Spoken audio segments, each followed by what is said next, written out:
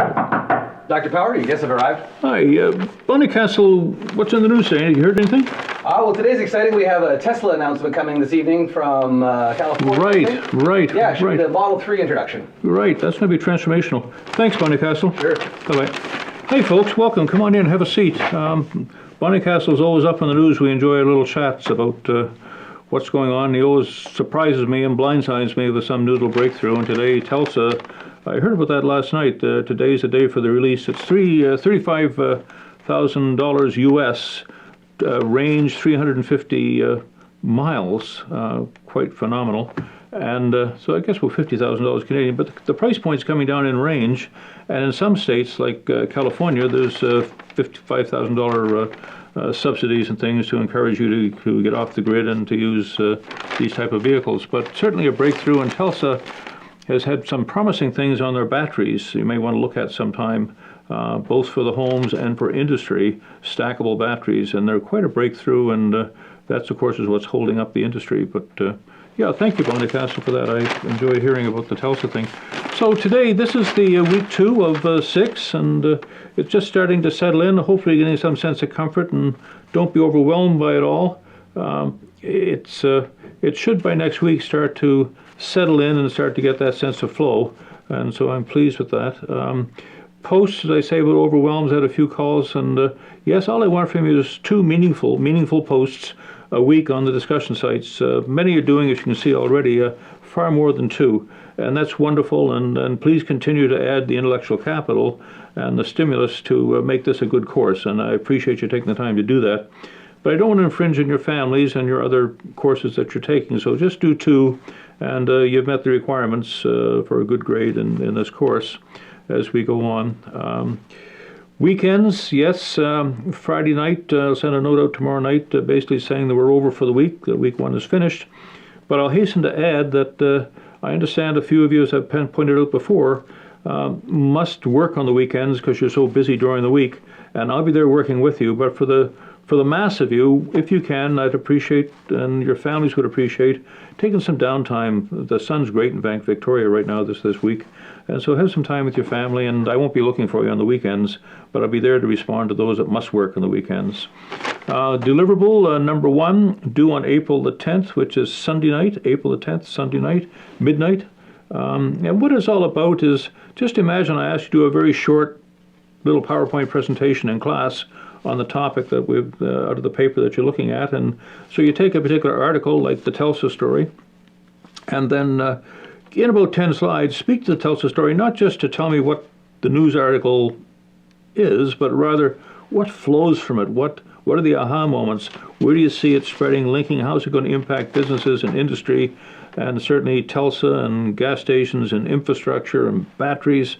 It certainly changes our whole world in a big way, is on the doorstep. So I'm looking for that. And then the 750 words, I don't need a cover page. You can just say slide 1, bullet points if you like. But these are your speaking notes. If you stood up there and said slide 1's up, here's what I want to say. Just give me the essence of what I'm looking at when I read your slides. That's fine for me.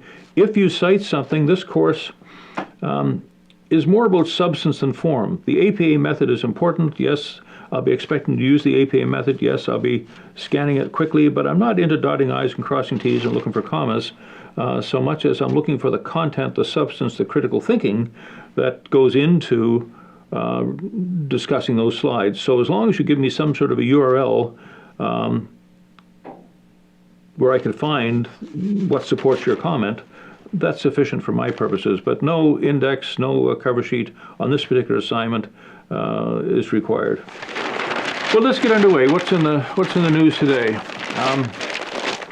Well, in Ontario, the Ontario Liberals, Catherine Wynne is out there, and on one hand, she's got a big promise about new rules and regulations regarding campaign reform and campaign financing. She wants to contract it, but at the same token, it's been reported here she's got a full court press going on to raise money from the wealthy to support her party.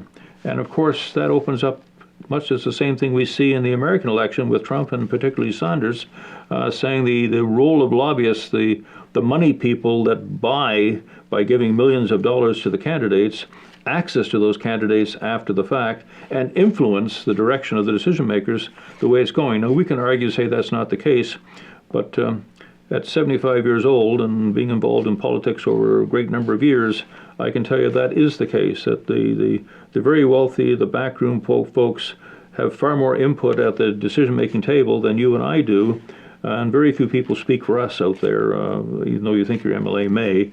But the reality is it's the lobbyists, it's the $1,000 plate dinner folks that buy tables and support the parties, have a more than balanced influence on the direction the country is going to go in. And it leads to another question, I guess, is what are the ethics of that and the bribes? Is this Bakshi, is it a criminal offense to bribe? Now, we can call it very sophisticated something else, but are we not in fact bribing when unions, when pension plans, when oil companies buy $1,000 tables for dinners and give grants? Are they not bribing our elected officials? A good question for this week in any event. International Student Work Program needs to be overhauled. And here what they're talking about, of course, is that in postgraduate programs such as this, there are many folks that come from international places to acquire the diplomas, the degrees, the certificates. But with that comes the ability to apply for a work permit in Canada for 3 years, and often leads to some sort of permanent residency. And so we've got 70,000 people in 2014, according to the paper, 70,000 people holding these permits as eligible students coming in. And the question becomes, is a number of ripples of that. I mean, on its face, you say, well, that's 70,000 jobs that should be available to Canadians that are being blocked. Also, the wages that are paid to these postgraduates that are working in these sort of make-work positions, on-job training positions, tend to get less than the going rate. So it becomes sort of cheap labor for industry, which we look at. And I just wonder about that, what you're feeling. You can expand it to the other program on the immigrant worker program that we have. If an employer in Canada says, I can't find a sufficient worker with sufficient skills, I can bring people in. So in Victoria, believe it or not, a year and a half ago, McDonald's said we can't find workers to work in McDonald's, so we want to bring in some of the offshore workers to work in McDonald's at bare minimum prices, wages, as you know. And then on the other side of that, we had north in BC, the mines. We brought in Chinese miners because we couldn't find Canadian miners to work. And so we have a challenge here to, when is it a good thing to bring immigration in? The aspect that we need immigration, particularly in light of the aging demographics, to support the social safety net. We need young people, talented young people, skilled young people paying taxes to support our standard of living. That's a given. But Canada is 4,500 miles across, and the economies are different from in BC to, say, Newfoundland. But we have one-size-fits-all model. And so obviously the immigrants want to come to the provinces that probably don't need the immigrants, as opposed to at a time when Alberta needed to import oil workers from Russia because there weren't sufficient Canadians to do the work on the rigs. And so I guess I would support the idea of a very localized, where you can actually demonstrate, the province can demonstrate a need. I would say it would be okay to have immigrants coming in. But a universal blanket policy that anybody, McDonald's in Vancouver or Victoria, can take advantage of this program, I call into question the merits of it. So what do we discuss the immigration plans in Canada, good or bad thing, supporting social safety nets, supporting workers, and supporting work? Good question. Next, we have a look. Yeah, we know Rob Ford, Ontario mayor, high profile, passed away, and he's been receiving a lot of press over the past week, and I'm struck by, and I'm not sure of my facts here, but I'm just struck by the international fun poking of him and his character. At the time, he was doing silly things such as smoking marijuana, etc., etc. But at that time, nobody knew, at least I didn't know, that it was probably being taken to bring down pain and very much a necessary thing, but he didn't want to share he had a medical thing. No evidence of that, just that could be the story. And so what I get away from it is that certainly he's now getting his due and respect his wife and his 2 kids. But I wasn't aware of his health situations when everybody's making fun of him. And sometimes we have to walk in the shoes of the others to fully understand that other side of the hand, what they're facing, and not to be too quick to judge as we go through it. But anyway, Rob Ford is getting his dues. Our new Prime Minister Trudeau is urging tighter nuclear control. He's part of the 50 world leaders that President Obama has pulled together in Washington for a 2-day summit on securing nuclear material and what we're going to do about it, and a bit of a write-up in that. But I guess a couple things flow out of that argument for me. One, of course, is that for the longest while, Canada had the CANDU reactors, and they were some of the best in the world. And so as a result of that, we sold our CANDU reactors to China and to France and to Pakistan and to India and other countries and serviced them and made some money on it. But it's interesting, at the same time, we didn't want to have any more nuclear facilities built in Canada. And how ethical is that if we won't allow it here because of our concerns, we sell it offshore? And anyway, we can look at that, but that's interesting, this idea of nuclear controls and maybe the role nuclear is going to play as an alternative energy, good or a bad thing, and we still seem to be opposed to it in Canada, and should we be? The rating agencies are playing down the deficit fears. We talked last week about the $30 billion that our new Prime Minister has decided to run a deficit this year to meet the spending on infrastructure and other assignments that we talked about last week. We went through what the new budget would hold. And it appears that the powers to be say it's not going to be an issue. I suggest that it might be a sort of a looming debt bomb that's floating around out there that we have to be, as Canadians, concerned, because the world collectively, economically, is not in a good place. I mean, we all know the story of Europe, of Greece and Italy and France, and immigration, and the state of the union over there is not strong. If we take South America, the driving engine is Brazil, and Brazil is not strong. We'll talk more about Brazil in a few minutes. If we go to China, certainly its GNP is down to 6.5%. It's not strong. If you go to the Middle East, it's just in turmoil.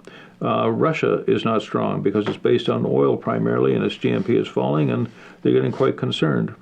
And so if you went around the world and wrapped up the different regions and whatever, and the engines of China and Brazil and America and Germany, they're not in a strong position.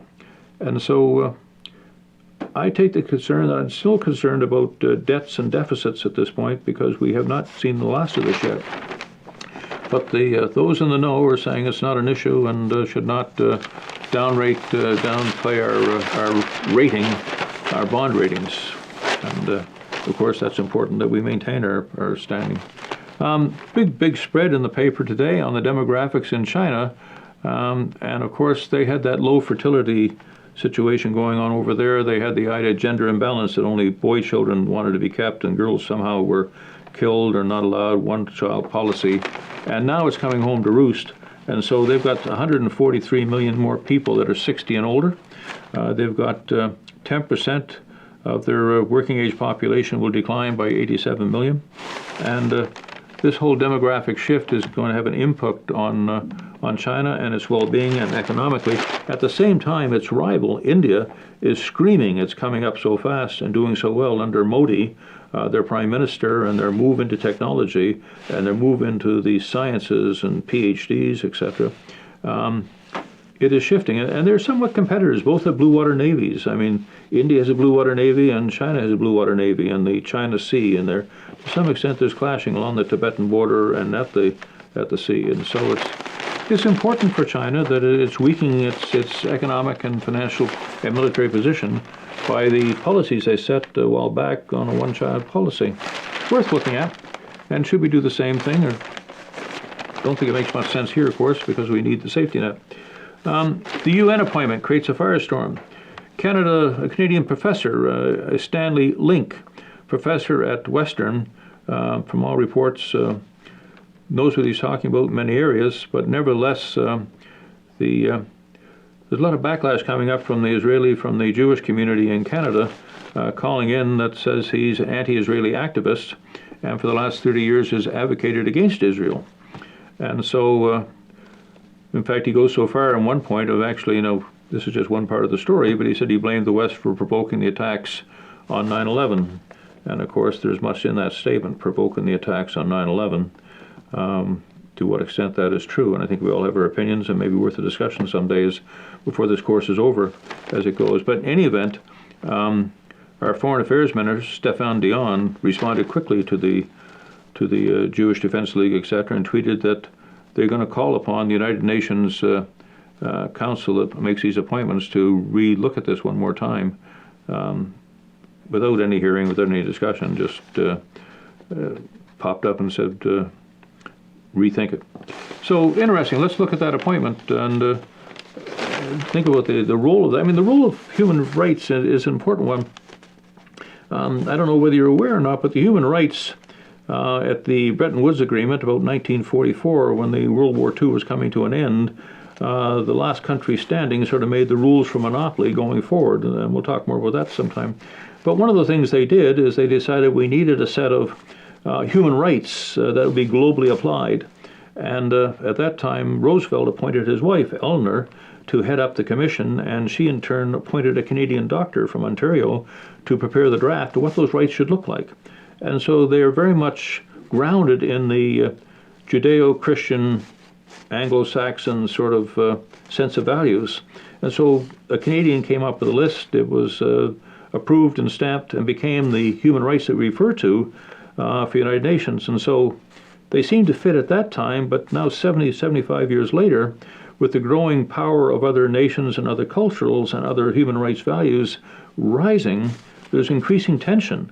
And so when our Prime Minister like Harper goes over a finger and pumps on the chest of Xi Jinping or one of the leaders in China and says, you're not obeying the human rights, I squirm a little, saying I certainly support human rights, but maybe it's time to revisit to more inclusion on those folks that weren't at the table deciding what the human rights would look like. And so in any event, it's interesting here that we have a professor from Canada who's going to sit on this council to look at these things, who appears not to be polarized in one camp or the other. Well, that may not be fair. They're saying he's polarized in the Palestinian side of the house as opposed to the Israeli side. And my observation simply is that let's have a look one more time at the terms of reference of what human rights are, and do they fairly reflect the values of 7.5 billion people, or do they simply reflect the values of Canada, America, and a few Anglo-Saxon countries that we're still trying to apply 75 years later? Anyway, worth a look. Fighting the Islamic State. When is war not a war? And again, Stéphane Dion has been active. He's making a point, along with Justin Trudeau, that Canada is not at war with the Islamic State. Canada is not at war with the Islamic State. And that's a challenging thought when you think of the folks that are over there and the bombing that's taking place. Certainly in the Korean War, we lost 500 Canadians in the Korean War, and we simply called that a police action. Certainly Clausewitz, much like Sun Tzu, but Clausewitz, a Prussian political theorist, said that it's the continuation of state policy by other means, and I guess that's what war is. And so it seems to me that we should call spades spades, and I think we do have a war with the Islamic State, and increasingly we're hearing that from certain candidates in the States about being at war, notwithstanding the reluctance of the current administration to call Islamic terrorists, but clearly it's there. In fact, let me just go a little further on that if I can. I talked about this to one of the threads this week, that when I was in the military a number of years ago, we only had 3 domains for war: land, sea, and air, and we tried to be good at those things, and after the World War II, we were good. We had the 4th largest Navy in the world. Canada's Navy was almost second to none. We were strong in those days. The military force, the infantry, I can recall our military was running around 150,000 troops. We had lots of folks, and we have slid down. And now we're trying to buy CF-35s, we're trying to buy some submarines, we're trying to buy new cruisers, coastal cruisers that are on the drawing board. We're trying to be all things to all people. But what's happened is that with the passage of time, those 3 domains have morphed into 6 domains. We now have economy, we now have the economic war, we have space war, and we have cyber war. And I think I gave you a link for cyber war. You should see it. It's going on all the time. And I'm just wondering now, in the 6 domains of war which have shifted, are we better off taking the billions of dollars we've set aside for the CF-35, for example, and brought that back into being good at 1 or 2 of these domains? For example, why couldn't Canada? The reality is we can't defend the largest landmass in the world from almost any party. I mean, even the Danes up on Hans Island come and plant, and we have this little skirmish going on with the Danes. We don't have that. Yes, it plays a place in the how people perceive us in the world. But I wonder if we couldn't be perceived if we focused that money on something like becoming good at cyber warfare. That we got into that, and that would grow our technology, grow our competencies, grow our people, those advanced factor endowments, and that will be growing in Canada. That would give us a position that would be recognized as a player in the global 6 domains of war. And maybe not just cyber, maybe one other, but I don't think we can continue trying to be land, sea, and air, cyberspace, space, and the economic warfare that's going on with dollar devaluations and things like that. We really have this clashing going on hourly out there between nations. And so let's look at this week about when is war not a war. Let's look at the domains of war. Should we be downsizing and just refocusing where we and how we spend our money? Air business to Airbnb. Big press in Vancouver saying it's not fair.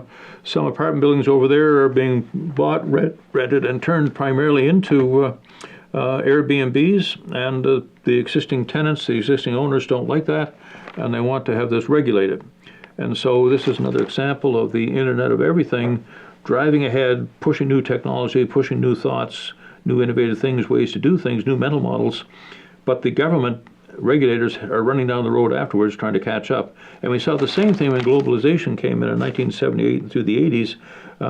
Business loved it, got out in front, did their things, barriers to trade came down, the global economy moved up. But the regulating bodies, the unions, the banking system, the law system, the accounting system had to run like mad to get global standards in place, and they still haven't quite caught up. And so that's what we're seeing here. This Internet of Everything is so disruptive, not just on its face that it's an air-to-air business, but like drones flying over your house. We need to find the regulations in place to find that appropriate balance as to how low can I fly my drone into your backyard and look into your back window. There has to be some rules and regulations, and right now we don't have those. And so a good story to talk about regulations and Internet of Everything and the need for them, and maybe the air business to business is worth looking at. UBC is going to put a new president in. You recall there was a bit of a conflict over there when Gupta was terminated rather quickly, and the role of faculty over there working together and academic freedom, worth looking at.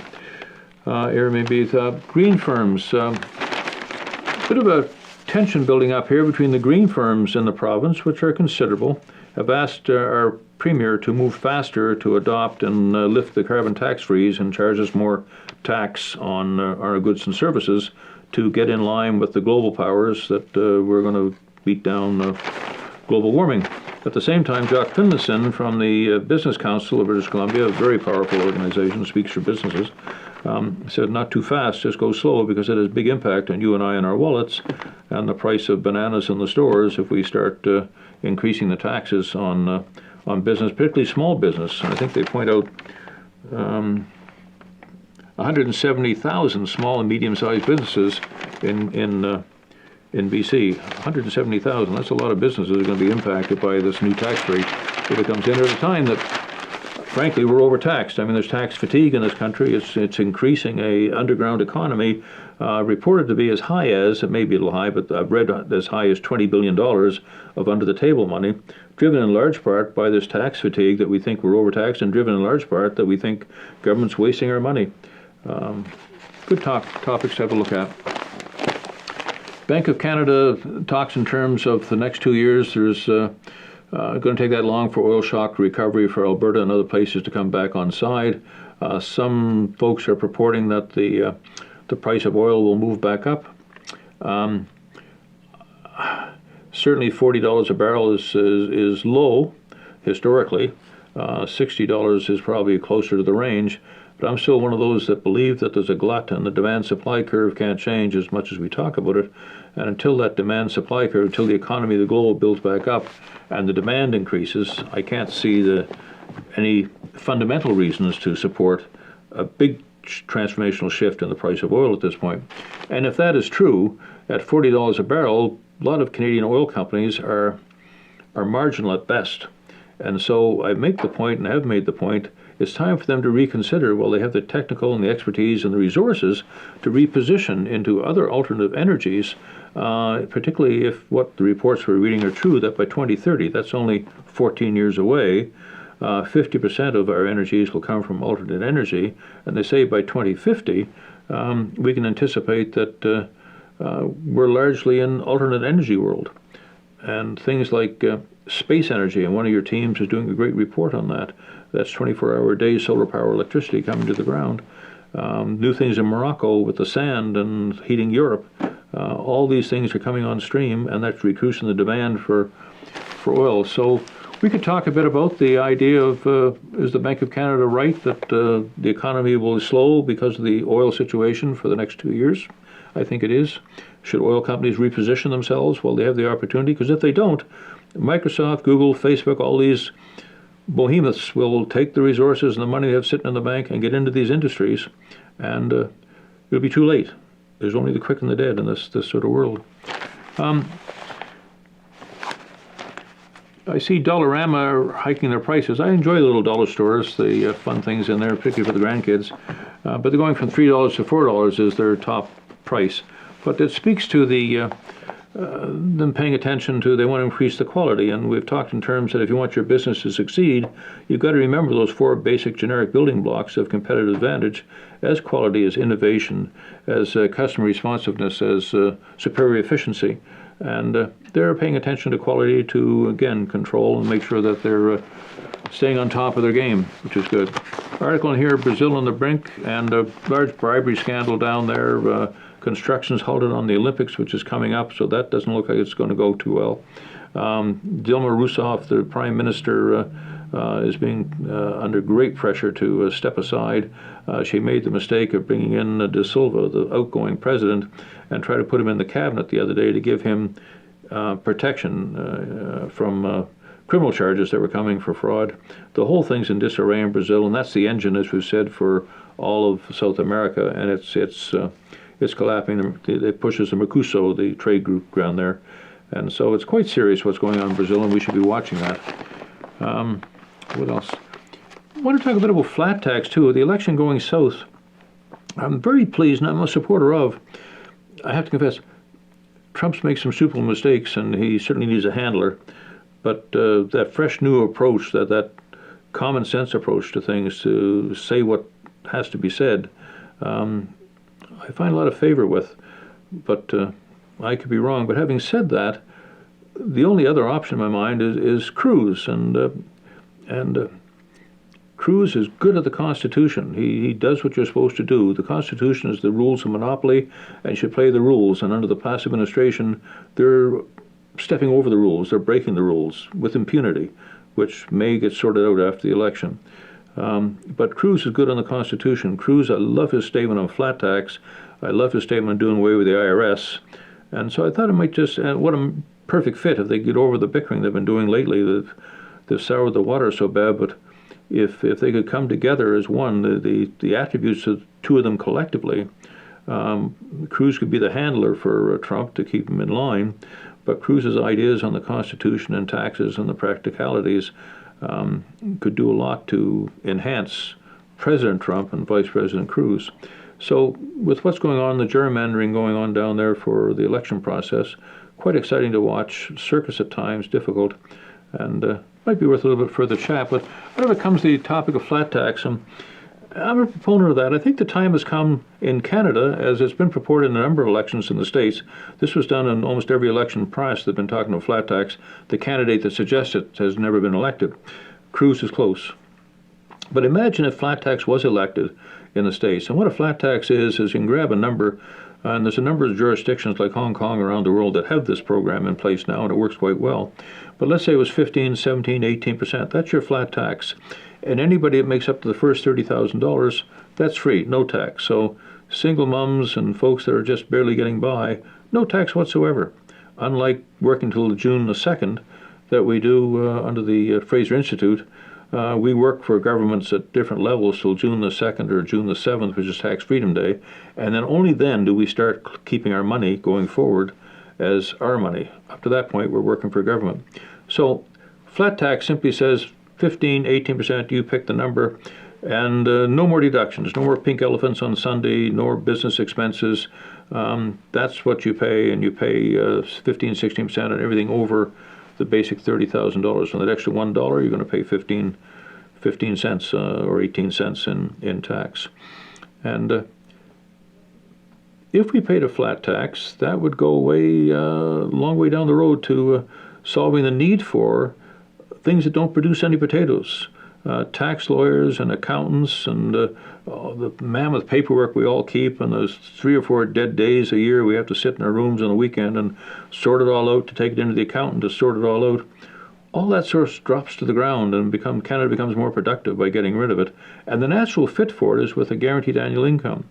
And maybe I'll have to do that next day. I'll talk about guaranteed income next day. Time's getting short and I don't overburden you. Let's just deal with the flat tax. Is that a good or a bad thing today? We could do away with, in large part, with the Canada Revenue Agency. And also, if America adopts it and they have an 18% or a 15% flat tax, and I'm sitting up here at 43 to 47%, I can tell you that I can only move 18 miles that way to the Olympic Mountains, Port Angeles, and I can run my businesses, my online teaching, just as easy from there as here, and save tens of thousands of dollars in tax. And so the big large sucking sound. So why don't we look at flat tax this week, and whether it's a good or a bad thing, but keep in mind we've got to talk about the guaranteed annual income at some point to see how it fits. There's just one last thing in here that caught my eye I wanted to just chat a bit about. It was just I wrote a book about a year and a half ago on Canada's Arctic sovereignty under attack and what was going on up there. And I talked about the need for us to have, again, new mental models that with the muskeg and roads beating down, we should adopt these hybrid airships. And they were being built at that time by the Brits. I thought, what a marvelous thing. Again, the CF-35s, the money we're spending on trying to put roads across Muskeg. If we could just get into this business of these dirigibles, which are large, they travel at about 180 miles an hour. The military can use them for troops. We can do coastal surveillance with them. We can take up oil supplies. We can take up food and rations up there. They can land anywhere they want to land. They have the capacity to carry, I'm trying to recall the number of tonnage, but it's a great tonnage. 20 tons. 20 tons. They can carry 20 tons of goods and services at a time. Cheap to run because they can have a solar power skin. They can be robotic, drone driven. You don't need crews doing it. They can go 7 days a week, 24 hours a day. And lo and behold, it's a great picture of it in the paper today that the Americans have done it. They've got it, and guess where they're using it? Up in Canada's north to haul oil and goods and wares and tears. We're so slow here in thinking about research and development and spending the money wisely. And anyway, that's enough of my gripe for today. Folks, I hope you're enjoying the course and getting something out of it. I look forward to these discussions. I hope you're enjoying them too. We'll see you next week. Bye now.